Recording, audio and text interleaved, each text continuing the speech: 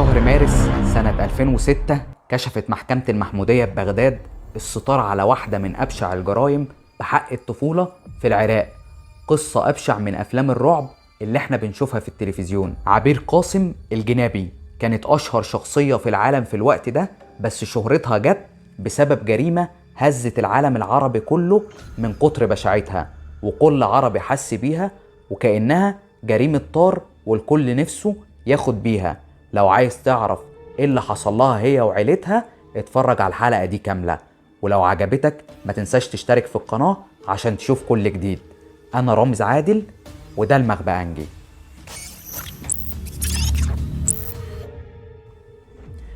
الحكاية بدأت في مدينة صغيرة يوم 12 مارس سنة 2006 في مدينة اسمها اليوسفية، والكلام ده كان الساعة 12 الظهر لما شاف الأهالي دخان كتير من بيت عيلة الجنابي، فجريوا بسرعة على البيت عشان يلحقوا النار ويحاولوا يطفوها، بس النار كانت مسكت في كل حاجة وما كانوش قادرين يطفوها لوحدهم. والعيلة دي كانت مكونة من 6 أفراد، أب وأم و4 أبناء، بنتين وولدين. وطبعا طلبوا المطافي بسرعة عشان يلحقوهم، وبسرعة صوت عربيات المطافي والإسعاف غطت المكان، وكان معاهم عدد كبير من جنود الجيش الأمريكي اللي كانوا في المنطقة في اليوم ده.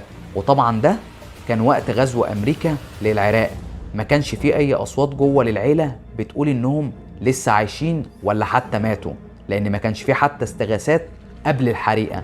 والناس قالوا أكيد العيلة دي كلها جوه، بس يا إما ماتوا من الدخان يا إما ماتوا من النار اللي حوطت المكان كله. وحاولوا يطفوا الحريقة بسرعة، وفعلا بعد ما طفوا الحريقة جريوا بسرعة جوه البيت، بس لقوا المنظر مرعب بطريقة بشعة. لقوا جثة الأب قاسم الجنابي وسط بركة من الدم بسبب تفجير راسه بعيار ناري، ولقوا الأم كمان مضروبة بالنار بس بطلقة في ظهرها، ولقوا بنتهم هديل الصغيرة مقتولة برصاصة وكانت ماسكة في ايديها وردة. أما عبير لما دخلوا الأوضة التانية لقوها مقتولة بطريقة بشعة وشنيعة فوق الوصف، لقوها وهي مربوطة من ايديها ورجليها ودمها لسه بينزف برغم الدخان اللي كان طالع من راسها ومن جسمها اللي بيتحرق في مشهد ومن اكتر المشاهد رعب وقسوة في الحياة. وهنا الكل اتأكد ان اللي حصل مش حادثة عادية، لا دول قدام مذبحة بشعة ومنجاش منها الا الطفلين محمد واحمد اللي كانوا في المدرسة في الوقت ده. وطبعا الدنيا قامت وما قعدتش، واثارت الجريمة دي كتير من الجدل، مش عشان بشاعتها، لا ده كمان عشان هوية اللي عملوها. بس تعالوا اقول لكم الاول ان عيلة عبير كانت عيلة بسيطة جدا وفقيرة، وما كانش عندهم اي مشكلة الا حاجة واحدة، وهي مشكلة الحرب اللي اغتصبوا فيها اراضيهم. وكان بيتهم بيقع على بعد 200 متر تقريبا من نقطة تفتيش امريكية فيها 6 جنود، والجنود دي كانت عينيهم جت قبل كده على عبير وهي ماشية، اللي كانت في الوقت ده طفلة عندها 14 سنة، بس الكل كان بيقول عليها انها جميلة جمال جذاب وساحر وبتخطف اي حد ممكن يبص لها حتى لو مرة واحدة.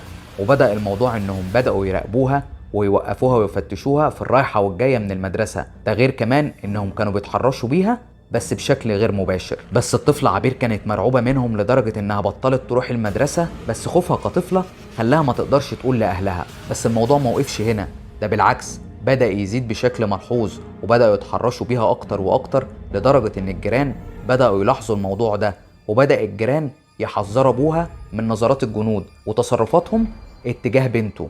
لكن الأب طمنهم وقال لهم إن الجنود دي هو يعرفهم كويس، وإن بنته لسه صغيرة وأكيد مفيش حاجة بيفكروا فيها بالشكل ده، بس لو حد فكر يقرب لها هقتله. بس مامتها ركزت في الموضوع وخدت كلام الجيران ده وفضلت ملاحظاه لحد ما لاحظت فعلا نفس الكلام، واتكلمت مع ابوها لحد ما ودوها تعيش عند عمها بعيد عن المنطقة شوية عشان الجنود ينسوا الموضوع. بس لما وحشتهم رجعوها تاني، بس ما كانوش بيخرجوها من البيت.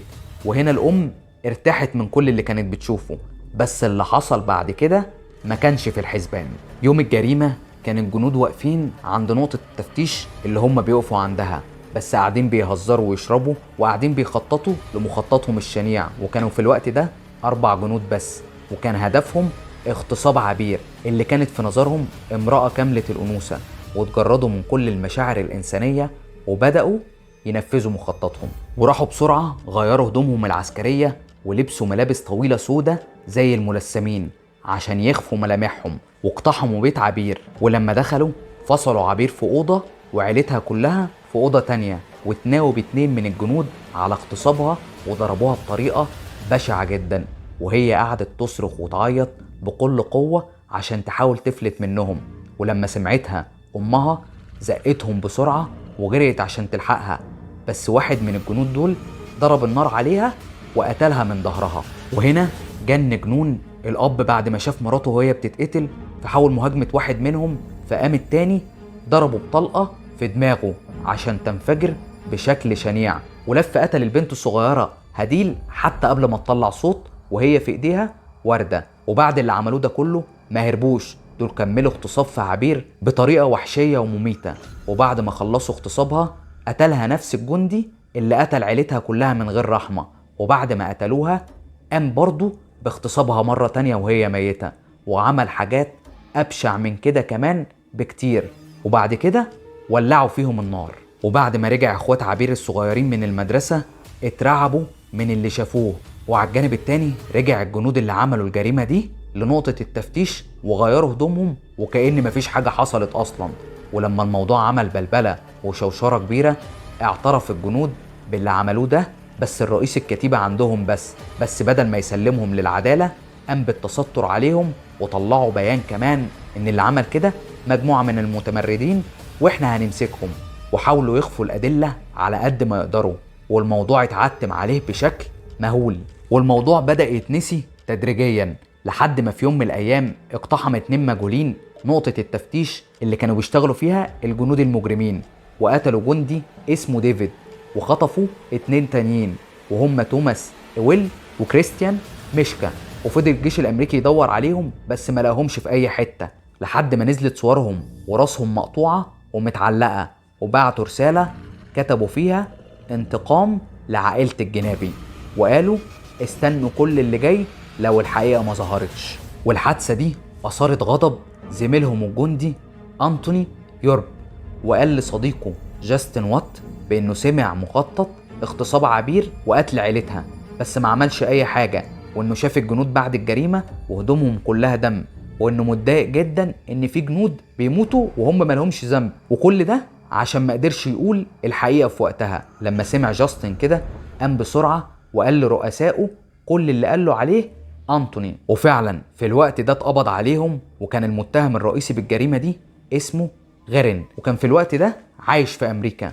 وغيرن دافع عن نفسه باستماتة رهيبة وقال إنه ما عملش أي حاجة أصلا، بس مع الوقت اكتشفوا إن غيرن كان مريض بالعنف من زمان، وإنه مصاب باضطراب الشخصية المعادي للمجتمع، وكان بيفرح جدا لما بيقتل أي بريء، وقال قتل الناس دي زيهم زي قتل النمل بالجزم، وهو نفسه اللي قتل كل عيلة عبير بالمسدس واللي حرقهم بالنار، وهو اللي مرتب للجريمة دي كلها. بعد كده قبضوا على شركائه بالجريمة واستمرت محاكمتهم 4 سنين كاملة لحد ما أمر القاضي بإحضار ما تبقى من عيلة الجنابي اللي هم كانوا محمد وأحمد، بس كانوا كبروا شوية وسمعوا شهادتهم اللي قالوا فيها بأنهم كانوا بيشوفوا غيرن كان بينط على البيت بتاعهم بالليل عشان يدور على حاجات مش موجودة، بس فهموا لما كبروا إن كان غرضه الوحيد إن هو يتحرش بأختهم في البيت، لأنه كان دايما بينط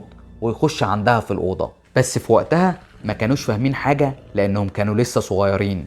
وهنا فجأة ظهر الندم على غيرن واعتذر للولدين وقال لهم إن اعتذاره أكيد مش هيمحى أي حاجة من اللي حصلت، بس أكيد ربنا هياخد حقهم منه.